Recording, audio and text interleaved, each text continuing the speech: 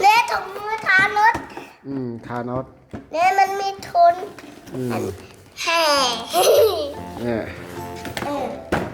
แล้วนี่ลูกปืนไผ่ปืนยิงเนี่ยมาแตะกันเลยโอเคแกะเลยแกะแบบไหน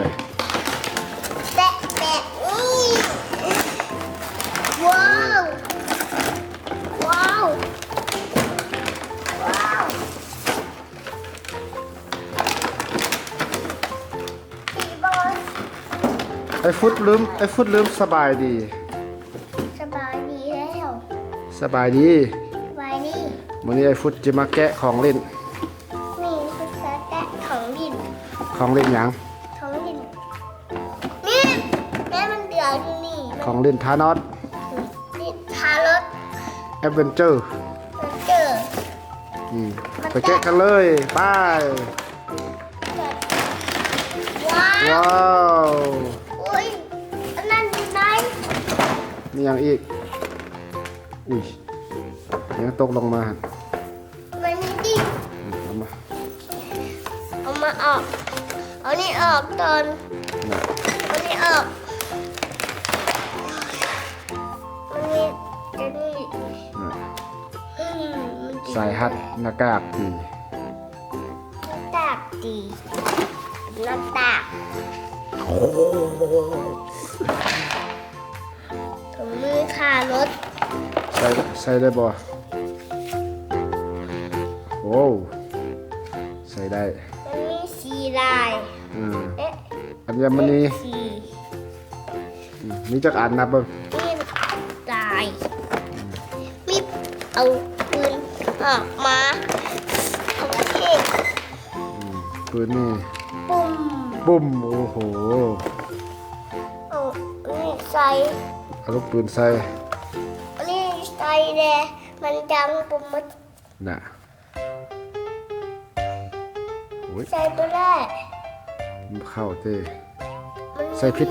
ด้านเต้ลูกใส่พิษด้านเต้ลูกใส่ด้านมาลูกเอาปิ่นทางลูกปืนด้วยปิ่นแล้วโอ้ลูกปืนคาเต้หันคามันน่ะโดยเป็นยังยิงออกมาไหมลูกยิงออกมาก่อนยิงออกมาก่อนยิงมาได้น่ะโอ้ยิงมาได้เอาตอนนั้นซุปใส่ตอนนั้นซุปใจซ้อนตอนนั้นจะยิงได้โดยซุปได้บ่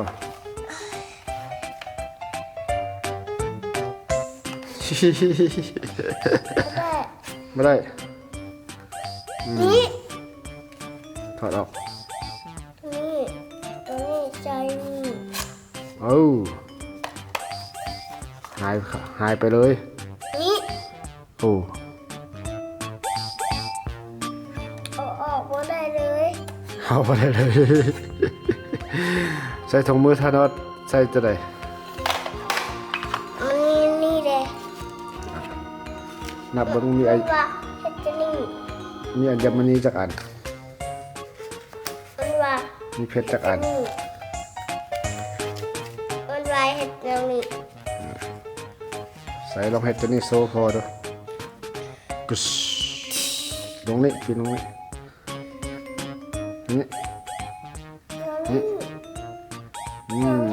โอเคซื้อมาอย่างเนาะของแบบนี้มายุมายะเสียเงินล่าเต้ลูกเห็นบ่เสียเงินล่ามันน่ะเดี๋ยวใส่ซ่อมเล่นก่อนเนาะแล้วใครเอานี่ใส่หน้าตาโอเคมาพอใส่ให้จะประกอบเครื่องเรียบร้อยก่อนแล้วค่อยมาวางให้เดี๋ยวครับเอาใส่หน้ากากสไปเดอร์แมนก่อนแล้วพอจะดึงปืนให้อันนั้นป้ายหันลงซุบสมุดครับโอเคที่ครับประกอบสายใส่หน้ากากแล้วเนาะโอ้ที่หลายเท่เลยที่มากอันนี้มันมีเห็ดด้วย มีตาเด้ ไม่ตาแต่ ใส่ปืนมา อั ยิ น งปื นี้ นมา ใส่ ใส่ทั้งเทิงใส่ทั้งเทิง ใส่ทองหนึ่ง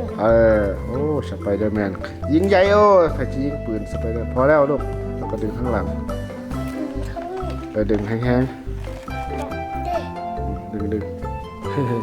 บ่ได้เด้อ ไผ่ตดเด้ชักแป๊ดอย่าได้แล้ว แล้ว ยิงเลย อีกแล้วไ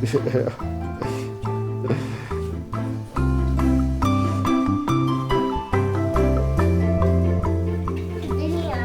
เนาะเท่เนาะ ใส่แต่แรกเปิดแต่แรกเปิดเดี๋ยวนี้แต่แรก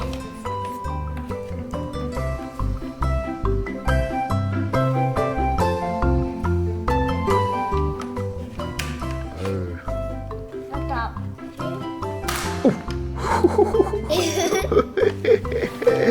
เฮงแท้ๆโอ้ ก็มีใส่ตรงนี้ดิ เออ ต่อให้มันแดด โอเค เทแล้ว อุ๊ยชุบ มันก็เต้นมา เออ เอาไหมตาย ปุ๊บสิดึงเลย ยังละ อุ๊บ เต้นมาอีกดีกว่าตื่นตีนเลยดิ อืม ทำแล้ว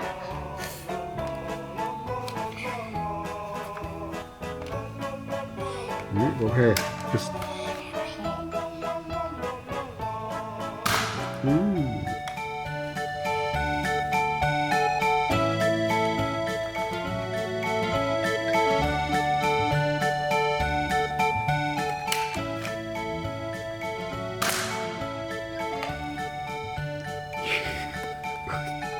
ตก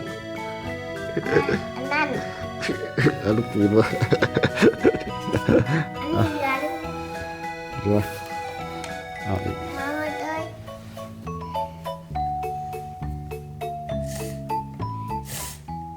ใส่ทางนี้มันพอทาง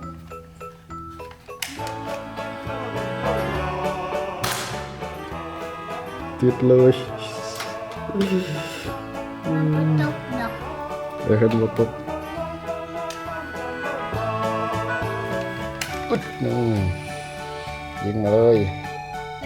ปุ๊บตุ๊บปู มันเป็นมาแล้ว อันอื่นเนี่ยบริเล่นเนาะเล่นแต่ปืนเนี่ยเนาะเฮ้ยขี้มูก คือมือทารถเพล เฮ้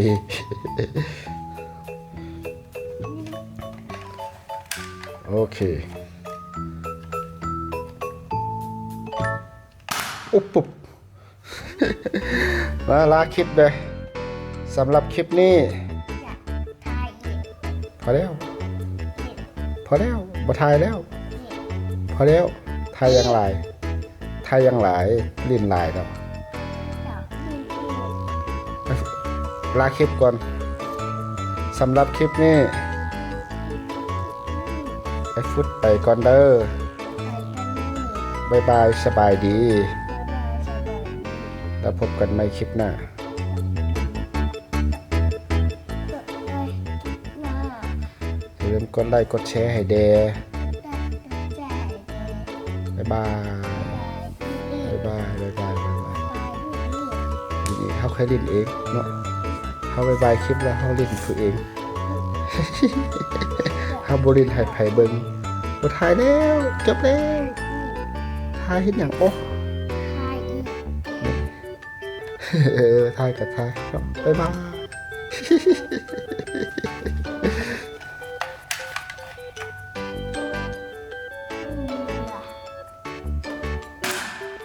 อ๋อติดเลย